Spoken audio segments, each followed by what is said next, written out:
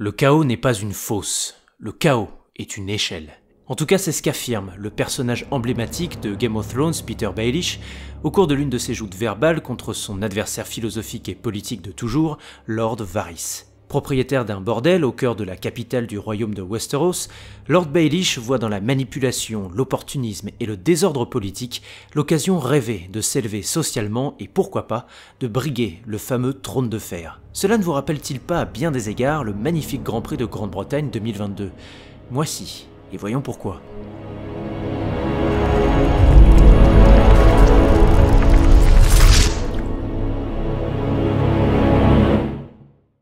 Il aura fallu la loterie pluvieuse des qualifications. Il aura fallu que Leclerc loupe sa dernière tentative en Q3. Il aura fallu que Verstappen soit piégé par un drapeau jaune quelques secondes plus tard. Il aura fallu un second départ pour faire table rase du premier. Il aura fallu une crevaison pour Max afin de compenser une erreur grossière 2 tours plus tôt. Et il aura fallu, une fois encore, que la Scuderia Ferrari détruise la course de son fer de lance. Oh oui, il en aura fallu du chaos pour que Carlos Sainz saisisse l'échelle de Lord Baelish et empoche sa première victoire en Formule 1. Alors ne soyons pas binaires non plus, la P1 de Sainz n'est pas non plus dénuée de mérite pour un pilote qui n'avait fait que subir depuis le début du week-end. Ainsi, un très bon tour de qualification sous la pluie, un deuxième départ très agressif face à Max mais redoutablement efficace, une fine gestion politique en interne avant le restart final et une fin de Grand Prix en trombe sont autant d'éléments qui donnent à la victoire de l'Espagnol une allure convenable. Surtout, symboliquement, cette première est un juste retour des choses pour un pilote dont la carrière en Formule 1 a toujours été contrariée par un manque de chance et par un mauvais timing. Mais passé ce constat, regardons les choses en face. Carlos Sainz n'aurait jamais dû gagner ce Grand Prix. Son rythme en course, son erreur à Beckett au 10e tour et sa position au championnat par rapport à Leclerc auraient logiquement dû le disqualifier. Seulement, voilà. Le chaos final est arrivé en la personne de la Scuderia Ferrari, qui s'est une fois de plus humiliée en 2 temps. D'abord, la gestion des 2 pilotes en interne, désastreuse, confirme que depuis 2019 et le management du duo Vettel-Leclerc, strictement rien n'a changé. Par manque de fermeté, on a alors laissé le pilote plus lent devant son équipier, alors même que les deux risquaient de perdre la victoire face à un Hamilton à 2 doigts de les enfumer à la stratégie. Et ensuite, une fois les consignes d'équipe enfin données et la menace Hamilton diminuée, eh bien l'intention de laisser Charles Leclerc en piste se dépatouiller avec ses pneus durs de 17 tours d'âge contre une meute affamée en pneus tendres prête à bondir après l'effacement de la safety car aurait pu prêter à rire si Ferrari ne venait pas de détruire la course de son poulain pour la 5e fois d'affilée. Et le plus navrant dans tout cela fut la tentative désespérée de convaincre Sainz de retenir la meute derrière lui pour laisser à son voisin de garage quelques molécules d'oxygène, requête fort heureusement qu'il ignora pour le bien de son estime de soi et celui de son équipe. Et voilà comment Charles dégringola de son échelle tendue par Lord Baelish de la P1 à la P4, alors qu'il était le meilleur pilote le dimanche. Le monégasque, coincé derrière Sainz en milieu de course, le criait lui-même à la radio de façon prémonitoire. Mais que faut-il que je fasse de plus pour que les choses aillent enfin dans mon sens ? Oui, que faut-il de plus pour qu'un pilote surclassant son équipier malgré un aileron avant endommagé et qui oppose une résistance héroïque en fin de course face à Hamilton et Perez malgré des pneus à l'agonie se voit rendre l'appareil par son équipe ? Et c'est là tout l'enseignement de ce Grand Prix de Grande-Bretagne. Plus que jamais, et encore une fois, Ferrari est en train de gâcher l'immense talent de Charles Leclerc, tandis que de son côté, le monégasque ne semble pas parvenir à fédérer son équipe autour de lui. Or, la mine encore un peu plus déconfite de ce dernier et les tensions palpables perçues avec Mattia Binotto après le Grand Prix ne laissent rien présager de bon à l'heure où son voisin de garage, lui, a signé sa première victoire et s'avère très fin en politique interne comme Littlefinger. En définitive, personne d'autre que Sainz et ses mécanos ne peuvent être heureux de ce résultat, parce qu'il enterre encore un peu plus les espoirs de championnat pour Leclerc, en même temps qu'il risque de créer des tensions en interne entre les 2 pilotes de la Scuderia, désormais séparés par 11 petits points. Comme si Ferrari avait besoin de ça. Les malheurs de Leclerc nous auront cependant gratifié d'une passe d'armes à 3 phénoménale qui valide à elle seule l'existence de ce règlement 2022. Un ballet de 3 artistes composé de Sergio Pérez, de Lewis Hamilton et de Charles Leclerc d'abord, avant de laisser place à un duel plus inouï et plus fin encore entre le septuple champion du monde et le prodige monégasque, entre Luffield et Copse. montrant à la fois le sens de l'attaque intacte de Lewis et les qualités défensives hors du commun de Charles, sous des clameurs telles qu'elles en donnent encore le frisson. Alors Perez et Hamilton sont d'ailleurs les premiers bénéficiaires du chaos britannique.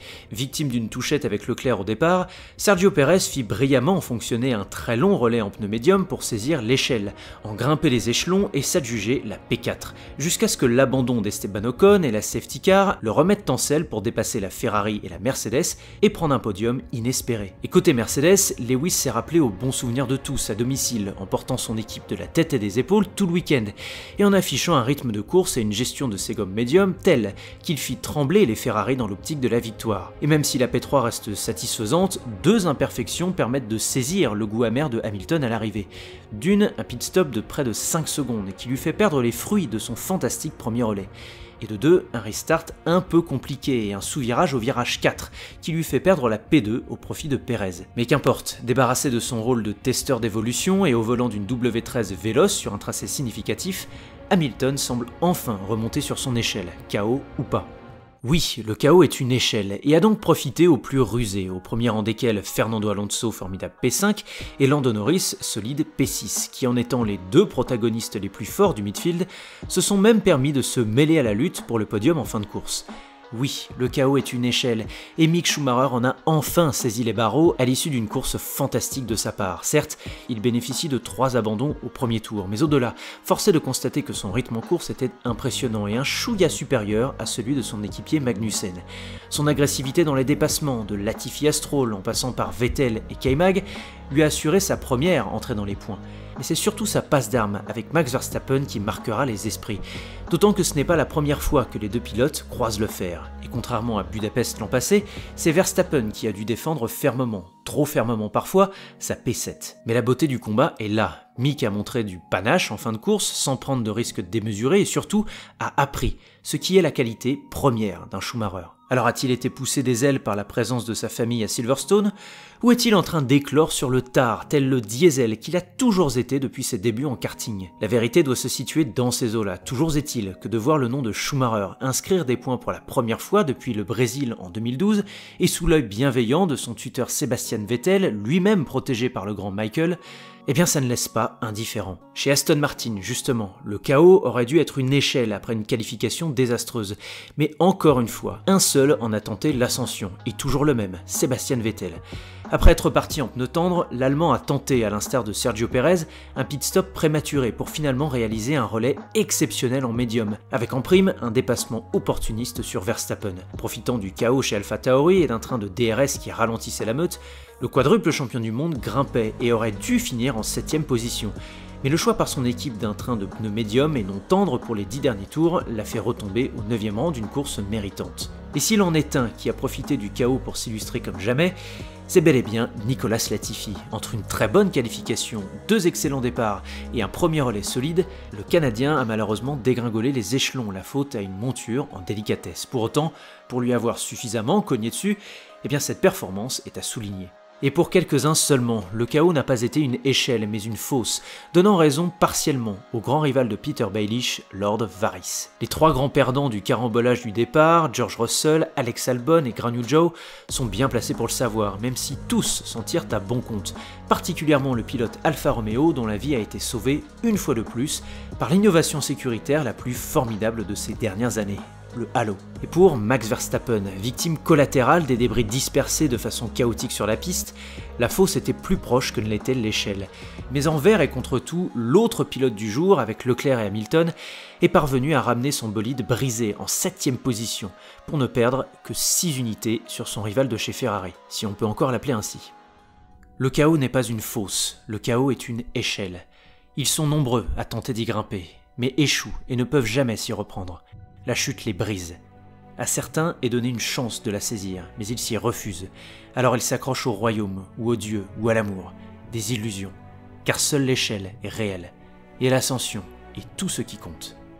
Alors l'avenir donnera-t-il raison à Baelish ou à Varys? Début de réponse à Spielberg. Merci d'avoir écouté cette chronique, j'espère qu'elle vous aura plu. Je vous laisse me partager en commentaire votre vision de ce superbe Grand Prix de Grande-Bretagne. N'oubliez pas de vous abonner à cette chaîne si vous aimez ces contenus. Pour ma part, je vous dis à la semaine prochaine pour le Grand Prix d'Autriche. Allez, ciao!